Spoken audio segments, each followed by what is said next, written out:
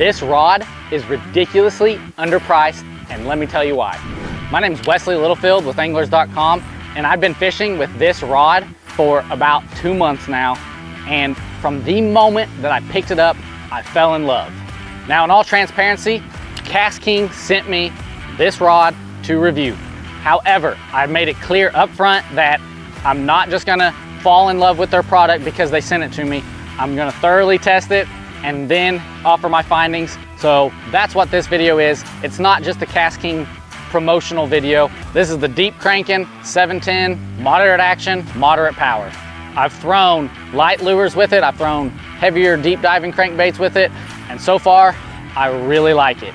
But like I said, it's not a commercial. There's a few things that I don't like about it, so let's start with those. For starters, I can't say that this rod is super durable. I've only had it 2 months.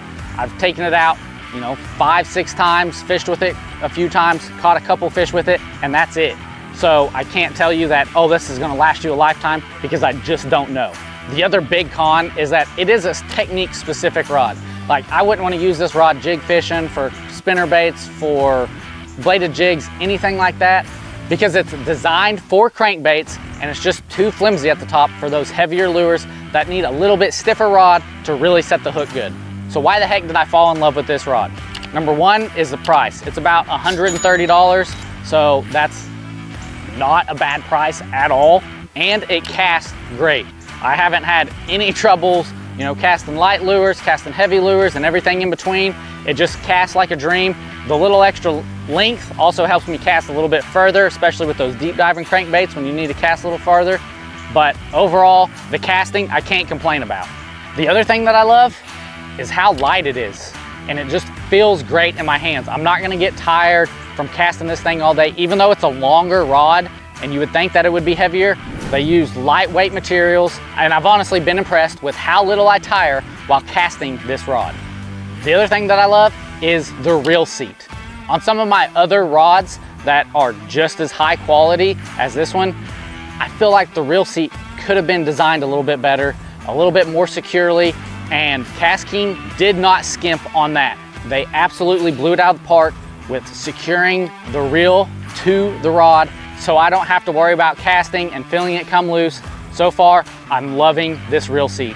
What initially caught my eye and I absolutely loved was where the hook keeper's at. It's not where it's traditionally at above the reel, and the reason I don't like it there is because I put rod sleeves on and then throw them in my rod box. And so all the time, especially with crankbaits, the stinking hooks get tangled up in the rod sleeve, and then I'm spending another 10 minutes untangling it, trying to get it loose instead of fishing and getting ready to fish.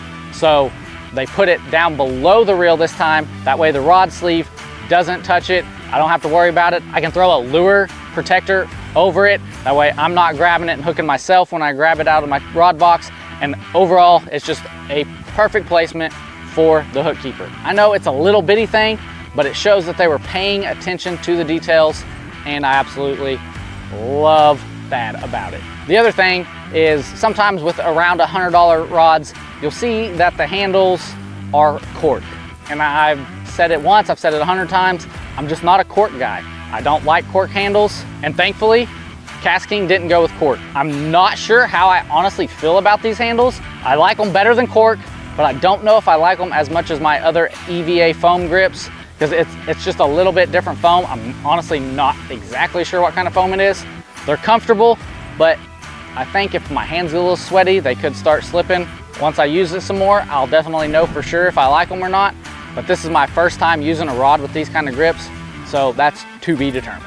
And while this rod is marketed towards tournament anglers, I really think they're missing the marketing on that.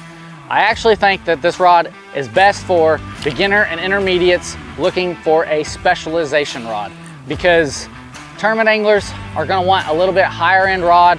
That's just how it is. I know that some professionals are sponsored by KastKing, I understand that, but they're sponsored and they're not gonna tell you the honest truth like me. I can't vouch for the durability, but I'm not sure that a lot of tournament guys are going and looking for KastKing and picking it up.